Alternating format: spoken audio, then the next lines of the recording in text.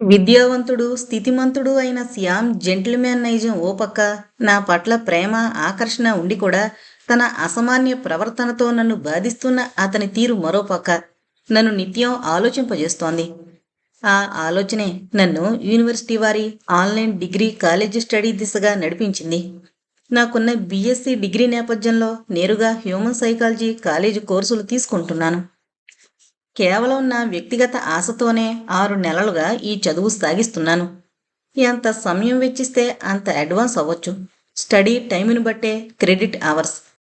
నా course of స్టడీగా భిన్న వ్యక్తిత్వాలు, విభిన్న ప్రవృత్తులు గురించిన వాస్తవాలు సమగ్రంగా చదువుతున్నాను, తెలుసుకుంటున్నాను.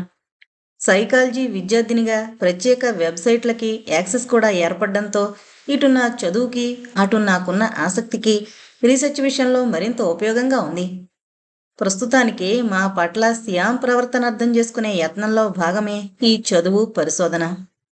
పదే పదే దౌర్జన్యపూరితంగా ప్రవర్తించడం, ఎక్కువగా తన భార్యనైన నా పట్ల, లేదా పసివాళ్ల పట్ల, లేదా మూగజీవుల పట్ల అలక్ష్యంగా ముసులుకోవడం, ఖాతరు లేకుండా మమ్మల్ని ఉద్దేశపూర్వకంగానే గాయపరచడం స్పష్టంగా శ్యామ్ ప్రవర్తనలో నాకు కనబడుతున్నాయి.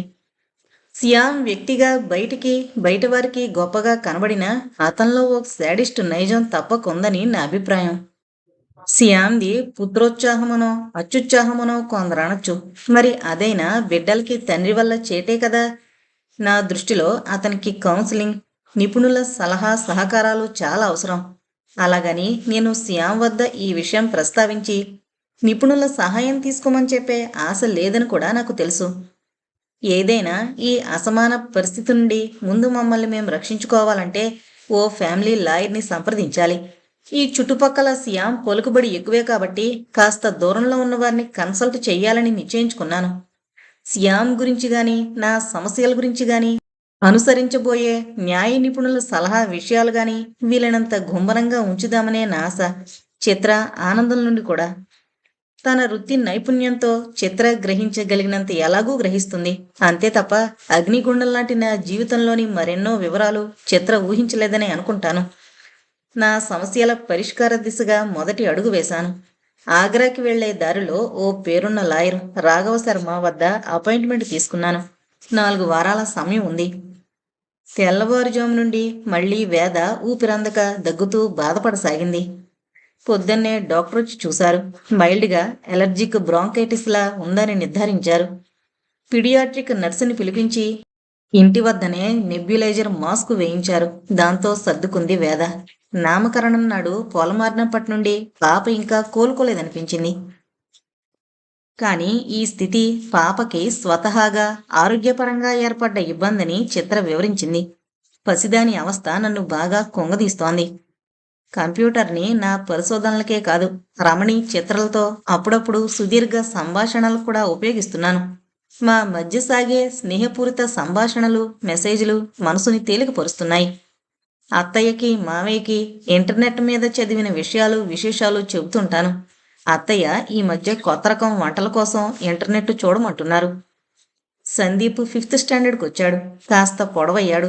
రోజు స్విమ్మింగ్ చేయమని మాత్రం ప్రోత్సహిస్తాను. అప్పుడప్పుడు నా ఎదురుగా ఆనంద్, శ్యామ్లతో టెన్నిస్ ఆడతాడు కూడా. లేటెస్ట్ మెడికల్ రిపోర్టు ప్రకారం వాడి ఎడమ కంటి చూపు నెమ్మదిగా మెరుగవడం సంతోషంగా ఉంది. మరో పక్క వేద తరచుగా ఊపిరందక బాధపడడం నాకు బెంగగా ఉంది. ఇవాళ సోమవారం. శ్యామ్ చాలా బిజీగా ఉంటారు. లాయర్ రాఘవ శర్మ గారితో నా అపాయింట్మెంట్ కూడా ఈరోజే. విశాలకి, అత్తయ్య వాళ్ళకి పాప బాధ్యత అప్పజెప్పి పొద్దున్నే సందీప్ని స్కూల్లో దింపేసి దారి పట్టాను. ముందు యానిమల్ షెల్టర్కి వెళ్ళాను. డొనేషన్ చెక్స్ బ్యాంకు డిపాజిట్కి పంపాను. ఎంత డొనేషన్స్ వచ్చినా మూగజీవుల పరిరక్షణకి ఇంకెంతో సహాయ సహకారాల అవసరం ఉంది. ఈసారి నుండి నా వంతుగా మరింత చేయూతనివ్వాలని అనుకున్నాను. షెల్టర్ పని కూడా 2 గంటల్లో ముగిసింది. అక్కడి నుంచి 15 గంటలో లాయర్ గారి ఆఫీస్ చేరాను. ఆయన ఆఫీసులో 5 నిమిషాలుగా వెయిట్ చేస్తున్నాను. కాస్త నెర్వస్గానే ఉంది. రూంలోకి వస్తూనే, ఏమ్మా నీలా, చాలా దూరం నుంచి వస్తున్నావు అన్నారు. లేచి నిలబడి నమస్కరించాను. కూర్చో, కాఫీ ఏమన్నా తీసుకుంటావా అని ఎదురుగా ఆయన సీట్లో కూర్చున్నారు రాఘవ్ గారు. హుందాగా ఉన్నారాయన. తెల్లని జుబ్బా వేసుకున్నారు. నుదుటి మీద నిలువుగా విభూది రేఖ ఉంది. వద్దండి, నీళ్లు చాలు అంటూ కూర్చుని బల్ల మీద మూత వేసున్న గ్లాసు నుండి కాసిన్ని మంచినీళ్లు తాగాను. పూర్తి వ్యక్తిగత ఘర్షణలు మినహాయించి ఆయనతో అన్ని విషయాలు కూలంకుషంగా మాట్లాడాను. నేను చెప్పింది ఓపిగ్గా విన్నారు. కాసేపు ఆలోచించారు.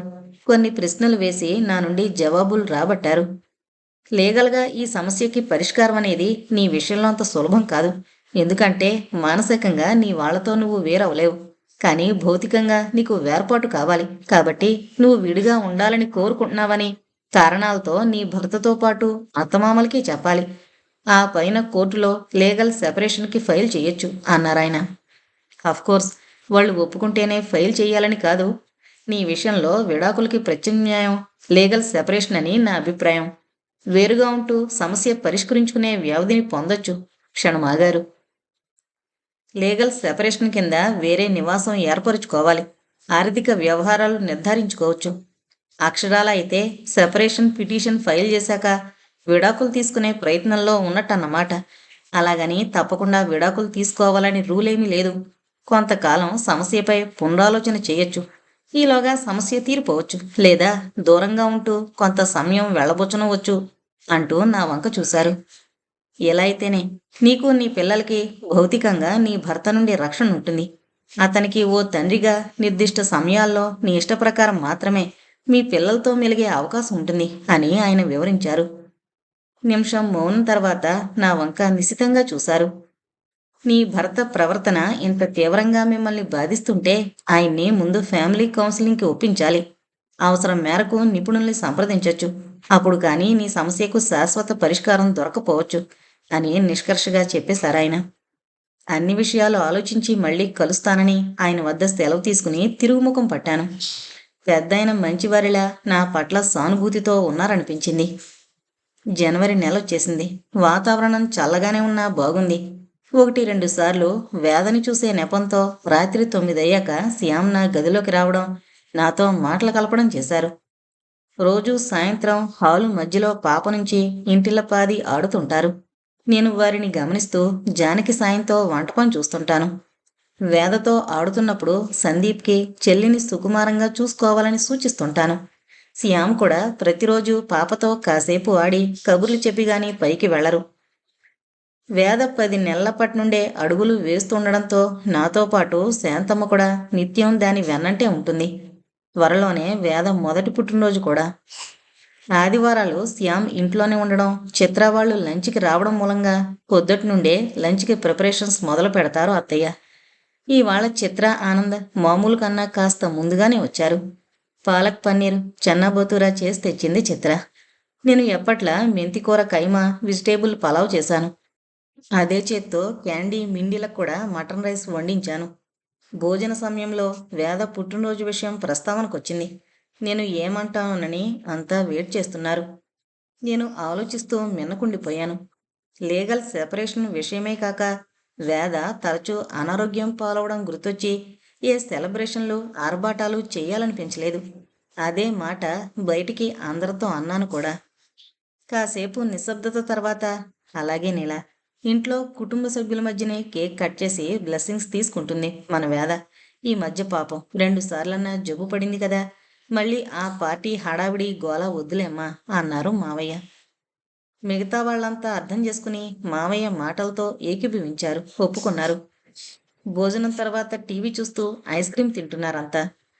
వాళ్ళ అపార్ట్మెంట్ కాంప్లెక్స్ ఎదురుగా కొత్తగా నిర్మాణమైన రిక్రియేషన్ పార్కులో సంక్రాంతి కైట్ ఫెస్టివల్ ఏర్పాట్ల గురించి చెప్పసాగారు ఆనంద్.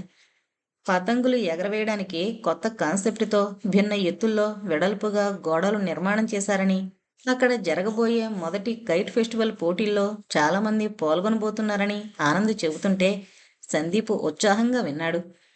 మేము ఆ కైట్ ఫెస్టివల్లో పార్టిసిపేట్ చేయొచ్చా అంకుల్ అని అడిగాడు సందీప్. Sure, why not. మన అపార్ట్మెంట్ కాంప్లెక్స్ ఎంట్రన్స్కి సరిగ్గా ఆపోజిట్ ఎంట్రన్సే ఆ పార్కు. పతంగులు ఎగరవేయడంలో నేను ముందుంటాను. రేపే వెళ్ళి మన పేరు ఫ్లైట్ ఫ్లయింగ్ కాంపిటీషన్లో రాయిస్తాను అంటూ ఆనంద్ సరేనండంతో తన ఫ్రెండ్స్ని ఇన్వైట్ చేస్తానంటూ వెళ్ళాడు వాడు. అందరూ మాట్లాడుతుండగానే అత్తయ్య ఫోన్ తీసుకుని డయల్ చేశారు. హలో రాజు వదిన, వేద పుట్టినరోజుకి మన కుటుంబాలు మాత్రమే ఉంటాం. మీకు సంక్రాంతికి సెలవులు కూడా కలిసొస్తాయిగా. వేదకి అమ్మమ్మ తాతయ్య ఆశీర్వాదాలు కూడా ఉండాలి మరి. ఇంకా వారం పైనే ఉంది. అన్నయ్య గారు మీరు వినోద్ సహా తప్పక రండి అంటూ అమ్మ వాళ్ళని ఆహ్వానించారామె. హాల్లో ప్లానింగ్ అయ్యాక నేను చిత్రతో పాటు పాపతో సహా నా గదిలో కబుర్లకి చేరాం. వేదని బోర్లా వేసి నెమ్మదిగా జోకొడుతున్న నాతో, మన రమణి బిడ్డల్ని అడాప్ట్ చేసుకునే ఆలోచనలో ఉందని తెలుసా నీకు అడిగింది చిత్ర. లేదన్నట్టు తల ఊపాను. ఇవాళ పొద్దున్నే నా సలహా కోరుతూ ఆ విషయం ప్రస్తావించింది అంది. ఆహా, మంచిదేగా. పోయిన ఏడాది ఫర్టిలిటీ క్లినిక్ డాక్టర్లని సంప్రదిస్తానంది అన్నాను. అవును, అదంతా అయింది. ఆ ట్రయల్స్ కూడా ఫెయిల్ అవడం వల్లే ఇక ఆలస్యం చేయకుండా ఈ డెసిషన్ తీసుకున్నారు అంది చిత్ర. సాయంత్రం 4 అయ్యాక టీ తాగి చిత్ర ఆనంద్ వెళ్ళిపోయారు. వాళ్ళని పంపించి లోనుకొస్తూ అక్కడే ఉన్న అత్తయ్య మావయ్య శ్యామని కూడా ఉద్దేశించి, కాసేపు విశ్రాంతి తీసుకుని 7 గంటల సమయంలో లివింగ్ రూంలో కలుద్దాం, మీ అందరితో ముఖ్యమైన విషయం మాట్లాడాలి అనేసి నా గదిలోకి వెళ్ళిపోయాను. నిద్రపోతున్న వేద పక్కన ఒరిగి కొంచెం సేపు నిద్రపోయాను. శ్యామ్ అంటే చిరాకు అయిష్టం తప్ప భయమేమీ లేదు. అత్తయ్య మావయ్య అంటే గౌరవం. వారి పరువు ప్రతిష్టలకి భంగం కలగకుండా వీలైనంత సులభమైన ఓ ఏర్పాటు గురించి చెప్పడమే కదా నా క్షేమం, నా బిడ్డల క్షేమం మాత్రమేగా నేను కోరుకునేది. ఈ మధ్య శ్యామ్ నాతో మాటలు కలపడం అది గమనించి ఏదో ఒక దుర్ఘటన జరిగే అవకాశం కల్పించదలుచుకోలేదు. ఈవేళ శ్యామ్తో అత్తయ్య మావయ్యలతో నా లీగల్ సెపరేషన్ నిర్ణయం గురించి చెప్పడం మంచిదని భావించే ఇలా అందరితో మాట్లాడతానని సూచించాను. సాయంత్రం అవుతుండగా కిచెన్లోకి వచ్చి జానకితో రోటీ కర్రీ చేయించి ఆవిడ్ని పంపేశాను. సందీప్ తన రూంలో కంప్యూటర్ మీద ఉన్నాడు. వేదని అక్కడే విశాలకు అప్పచెప్పాను. గది తలుపులు వేసుకోమన్నాను, ఇక డిస్టర్బ్ చేయరు. శ్యామ్ అత్తయ్య మావయ్య అంతా లివింగ్ రూంలో ఉన్నారు. వెళ్ళి వారి ఎదురుగుండా కూర్చున్నాను. ముగ్గురిని ఉద్దేశించి మొదట్నుంచి నాకు వ్యక్తిగతంగా కష్టం కలిగించి భౌతికంగా బాధ కలిగించిన సంఘటనలు ఏకరువు పెట్టాను. నేను మెట్ల మీద నుండి పడిపోయిన సంగతి ప్రస్తావించి, అది శ్యామ్ చెప్పిన అబద్ధం అత్తయ్య, ఆయన నాకు విధించిన శిక్ష. ఎన్నోసార్లు నాపై దౌర్జన్యం చేసినా నేను ప్రతిఘటించింది మాత్రం అదే మొదటిసారి. అందుకే నన్ను గాయపరిచి నేనే జారిపడ్డట్టు అందరినీ నమ్మించారు అన్నాను. ఇకపోతే నా బిడ్డలకి ఎన్నిసార్లు తండ్రి వల్ల హాని జరిగిందో మీకు ప్రత్యక్షంగా తెలుసు, చూశారు కూడా. నిజానికి ఇప్పుడు నా జీవితాన ప్రతి నిమిషం భయాందోళనలతో గడుపుతున్నాను. నా బిడ్డల క్షేమం నాకు ముఖ్యం మావయ్య అని ఓ క్షణం ఆగాను. ఇదంతా వింటూ శ్యామ్ మాత్రం ముడిపడిన బురుకుటితో కిందకి చూస్తూ గంభీరంగా ఉన్నారు. మీకు గాని శ్యాంకి గాని మా కుటుంబానికి గాని విడాకుల అప్రతిష్ట రాకుండా ఓ ఏర్పాటు ఆలోచించాను. న్యాయపరంగా ఆ ఏర్పాటుని లీగల్ సెపరేషన్ అంటారు. నేను పిల్లలతో బయట వేరే ఇంట్లో ఉండవలసి వస్తుంది. కొంతకాలం ఇలా సాగవచ్చన్నారు లాయర్. నాకు నా పిల్లలకి శ్యామ్ నుండి పూర్తి స్వేచ్ఛ, రక్షణ మాత్రం కోరుకుంటున్నాను. ఆయనకి నా మీద భర్తగా ఎటువంటి అధికారం ఉండకూడదు. దౌర్జన్యం చేసే వీలు లేకుండా ఉండాలి అన్నాను దృఢంగా. ఓసారి కళ్ళెత్తి ధైర్యంగానే శ్యామ్ వంక చూశాను. మా పిల్లలకి కన్నతండ్రిగా ఆయన బాధ్యతలు నిర్వహిస్తే నాకేమీ అభ్యంతరాలు లేవు. వాళ్ళకి ఓ వయసు వచ్చే వరకు నా కనుసన్నల్లోనే ఆయన పిల్లలతో మెలగాలి. నా బాధ్యతలు, మీ పట్ల గౌరవాలు అన్నీ యథాతథం. పిల్లలు మీ కళ్ల ముందు మీ మనవలుగానే పెరుగుతారు. వేద పుట్టినరోజు అవగానే ఈ ఏర్పాటు విషయమై మరిన్ని వివరాలు మీ ముందుంచుతాను. శ్యామ్ కూడా సహకరించాలి. ఈ ఏర్పాటు తనకి వద్దనుకుంటే మాత్రం అది ఆయన ఇష్టం. కలిసుండే ప్రసక్తి మాత్రం లేనట్టే అన్నాను. అత్తయ్య వాళ్ళని ఉద్దేశించి, మీరు కూడా నన్ను అర్థం చేసుకుని సహాయపడతారని ఆశిస్తున్నాను అంటూ మెల్లగా పైకి లేచి, మరోసారి టీ తాగుతారా ఎవరన్నా అంటూ అక్కడి నుంచి కదిలాను. వేద పుట్టినరోజు కోసమే అమ్మ వాళ్ళు వినోద్ ఓ రోజు ముందే వచ్చారు. వినోద్కి ఇంటర్మీడియట్ కంప్లీట్ అవుతోంది. పేరున్న యూనివర్సిటీలో చేరాలి. శ్యామ్తో చాలాసేపు ఆ విషయాలే మాట్లాడుతున్నాడు. మంచి ర్యాంక్ వస్తే ఢిల్లీ వచ్చి చదువుకోవాలని వాడి ఆశ. నేను లాయర్ వద్దకు వెళ్ళిన విషయం అమ్మ వాళ్లకు చెప్పాను. తనతో ఎప్పుడూ ఆడుకునే 8 మంది ఫ్రెండ్స్ని మాత్రమే కైట్ ఫ్లయింగ్కి పిలవమన్నారు సందీప్తో. వేద చేత పుట్టినరోజు కేకు కట్ చేయించాక కైట్ ఫెస్టివల్కి వెళదామన్నాను. 2 రోజుల ముందు నుంచే ఓ డజనికి పైగా కైట్స్ తెచ్చుకుని వెనక సిటౌట్లో ప్రిపరేషన్ మొదలుపెట్టారు సందీపు, వాడి ఫ్రెండ్సు, వినోద్ సహా. వాడి ఉత్సాహం చూస్తుంటే అందరికీ ముచ్చటేసింది.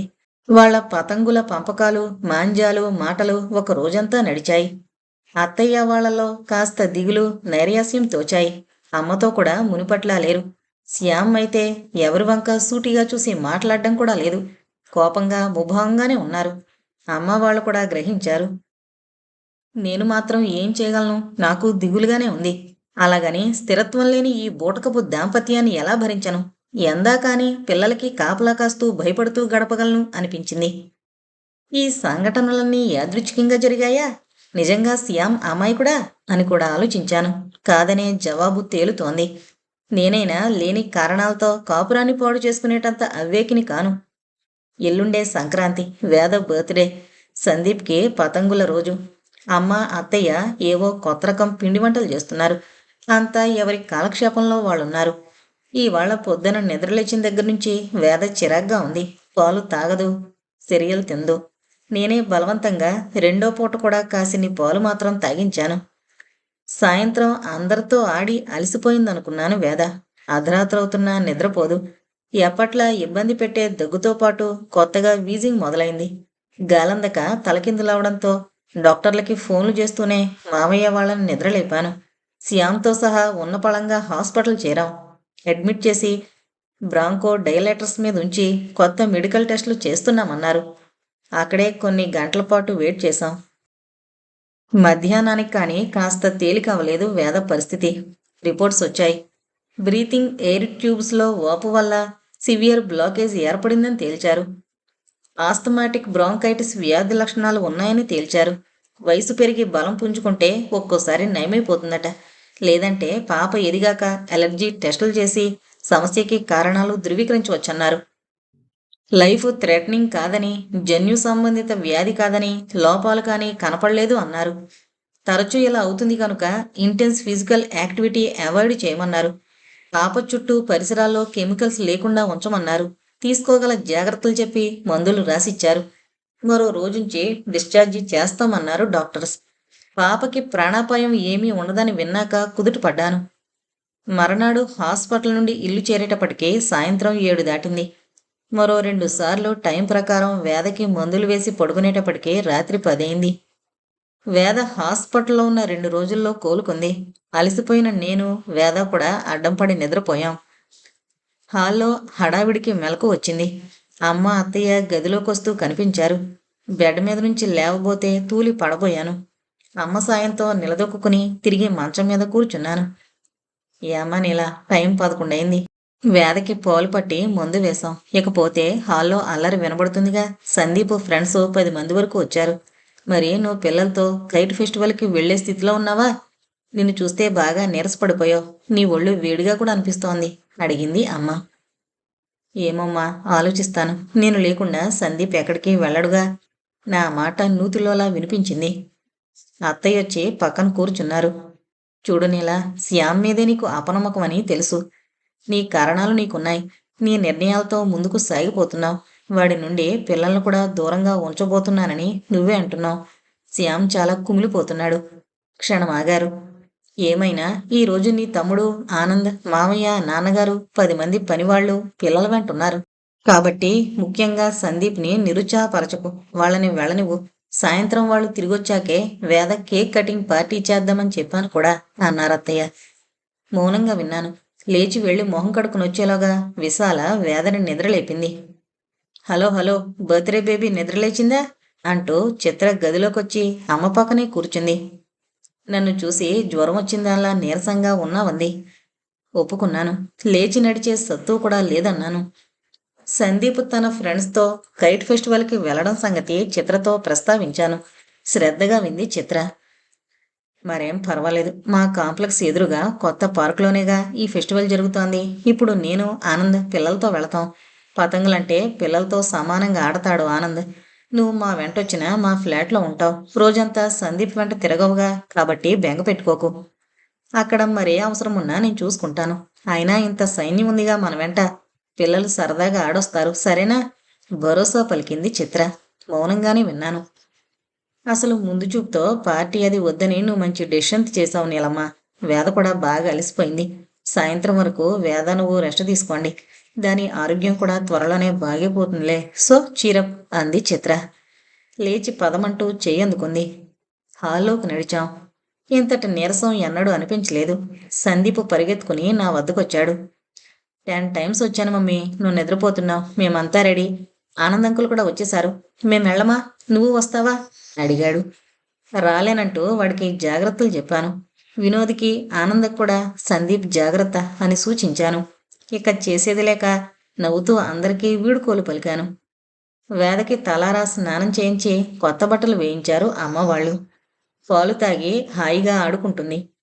నేను కాఫీ తాగి అమ్మ వాళ్ళ బలవంతం మీద ఏదో తిన్నాననిపించాను. తలపోటుకి మందు వేసుకుని పడుకున్నాను. క్షణంలో నిద్ర పట్టేసింది. గాఢ నిద్రలో ఉన్న నన్ను ఎవరో గట్టిగా కుదిపి లేపుతున్నారు. మగతగా కళ్ళు తెరిచాను. ఎదురుగా అత్తయ్య. నిన్ను అర్జెంటుగా రమ్మంటున్నారు. హైరానాగా అత్తయ్య గొంతు. ఉలిక్కిపడి లేచి చీర జుట్టు సర్దుకుని బయటికి నడిచాను. వాకిలి దగ్గర నా కోసం తచ్చాడుతూ ఆనంద్ కనపడ్డారు. త్వరగా పదనేలా అంటూ వడిగా నడుస్తున్న అతన్ని అనుసరించాను. కారులో కూర్చుంటూ ఏంటి విషయం, సందీపు శ్యామ్ ఎక్కడా అడిగాను. నా మనసు కీడు శంకించింది. వాళ్ళంతా పార్కులో కదా ఉన్నారు. సందీప్ని ఎంకరేజ్ చేస్తూ ఆఖరి రౌండ్లో దగ్గరుండి ఆడిస్తున్నాడు శ్యామ్. ఈ కైట్ ఫ్లయింగ్ కాంటెస్ట్ వాళ్లే గెలిచేలా ఉన్నారు. నేనక్కడే ఉండి చూశానుగా. సందీప్ శ్యామ్ విన్నింగ్ టీం అనుకో. కాకపోతే నాకు సైకియాట్రిక్ వార్డు నుండి ఎమర్జెన్సీ కాల్ రావడంతో అటు వెళ్ళాను. మళ్ళీ ఇప్పుడే వస్తున్నా. క్షణం ఆగారు ఆనంద్. ఇంకా ఏం చెబుతానోనని ఊపిరి బేగబట్టి వింటున్నాను.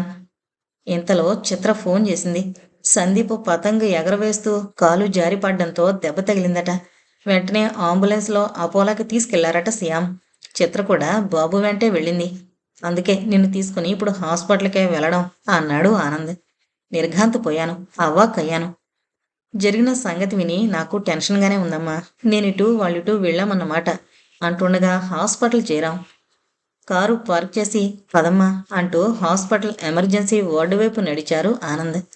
గజిబిజిగా అయిపోయిన మనసు, తడబడుతున్న కాళ్ళు, నీరసించిపోతున్న ఆలోచనల్ని కూడదీసుకుని పరుగులాంటి నడకతో అనుసరించాను. మా కోసమే వెయిట్ చేస్తున్న శ్యామ్, చిత్ర మమ్మల్ని వెంటనే డాక్టర్ ఆఫీసులోకి తీసుకువెళ్లారు. అందరం ఆదుర్దాగా డాక్టర్ ఎదురుగా కూర్చున్నాం. డాక్టర్ విద్య ఎక్స్రేల్ని ఎగ్జామ్ చేస్తోంది.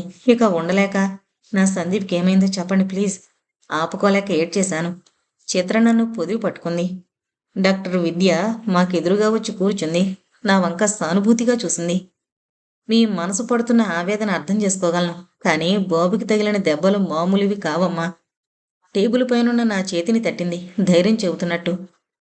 ఆ తర్వాత నేను విన్న సంగతులు నన్ను పాతాళంలోకి తోసేశాయి. 10 అడుగుల పైనుండి అదాటుగా పడిపోవడంతో బయటికి కనబడే దానికన్నా తలలోపల ఇంజురీ వల్ల అపస్మారక స్థితిలో ఉన్నాడు పేషెంట్. చేయవలసిన పరీక్షలన్నీ చేస్తున్నాం. రిపోర్ట్లు రావడానికి కొద్ది టైం పడుతుంది. పైగా బాబు స్పృహలోకి రావడం గురించి వేచి చూస్తున్నాం అని ముగించింది డాక్టర్. నేను విసురుగా లేచాను. బాబుని చూడాలన్న ఆలోచనతో బయటకొచ్చి ఐసీయూ వైపు పరిగెత్తాను. చిత్ర నా వెంటే వచ్చి నువ్విలా ఆవేశంగా ఉంటే బాబుకేమీ లాభం లేదు. పైగా బాబు క్షేమం రీత్యా నిన్ను దూరం నుండే చూడనిస్తారు. కాస్త నెమ్మదిగా ఉండడానికి ప్రయత్నించు. వెళ్ళి సందీపం చూద్దాం అని నా భుజాల చుట్టూ చేతులు వేసి ఐసీయూకి తీసుకెళ్ళింది. లోన గదిలో బెడ్ మీద నా బాబు చేతికి ట్యూబులు, ముఖానికి మాస్కు వేసున్నాయి. అలా వాడిని చూసిన నాకు ఒళ్ళు తెలియని దుఃఖంతో గుండెలు అవిసిపోయి కాళ్ళు చేతులు చల్లబడిపోయాయి. వణుకుతూ తూలి కుప్పకూలి పడిపోవడం మినహా అటుపైన ఏమైందో తెలీదు. కళ్ళు తెరిచేటప్పటికీ హాస్పిటల్లోనే బెడ్ మీద ఉన్నాను. పక్కన అత్తయ్య, అమ్మ, వినోద్ ఉన్నారు. అమ్మ లేచి దగ్గరగా వచ్చింది. ఎలా ఉందమ్మా ఒంట్లో? అమ్మ అడిగినా ఏమీ మాట్లాడక కళ్ళు మూసుకున్నాను. చిత్రొచ్చి నా తల మీద చేయి వేసింది. నీకేమీ అవ్వలేదు, ఇప్పుడు బాగానే ఉన్నావు. నిన్న సొమ్మసిల్లి పడిపోయావు. కాస్త సెడెట్ ఇచ్చి రెస్ట్గా ఇక్కడే ఉంచాం అంది. సందీప్ని చూడాలి చిత్ర అని మెల్లగా లేచాను. సరే ఇలారా అని పక్కనే ఉన్న ఆఫీస్ రూంలోకి నడిపించుకుని వెళ్ళింది చిత్ర. నా వెనకే అంతా వచ్చారు. నన్ను కూర్చోబెట్టి చిత్ర నా ఎదురుగుండా కూర్చుంది. చూడు నీలా, బాబువి కొన్ని రిపోర్ట్స్ వచ్చాయి. కాసేపట్లో అంటే 9 కల్లా రిపోర్ట్స్ చూసే డాక్టర్ విద్య ఇక్కడికి వస్తారు. అన్ని సంగతులు వివరిస్తారు. ఆ తర్వాత జరగవలసింది చేద్దాం. చిత్ర నాతో అంటుండగానే గదిలోకి విద్య వెంట మావయ్య, శ్యామ్ వచ్చారు. అప్పటికి చేతికందిన రిపోర్ట్స్ ఆవిడ చదివి ఎక్స్రేలు చూపించారు. నేను పెదవి విప్పకుండా కన్నార్పకుండా ఉన్నాను. ఆ రిపోర్టులను బట్టి సందీప్ అదే అపస్మారక స్థితిలో ఉన్నాడని తేల్చింది. పేషెంట్ పరిస్థితిలో మార్పు లేదు. వైటల్స్తో పాటు మిగతా ప్రమేయాలన్నీ స్టేబుల్గానే ఉన్నాయి అన్నారు విద్య. ఏదైనా రావాల్సిన మరిన్ని రిపోర్ట్స్ని కూడా న్యూరో సర్జన్ పరిశీలించాకే అసలు పరిస్థితి తెలుస్తుందని ఆవిడ వివరించింది.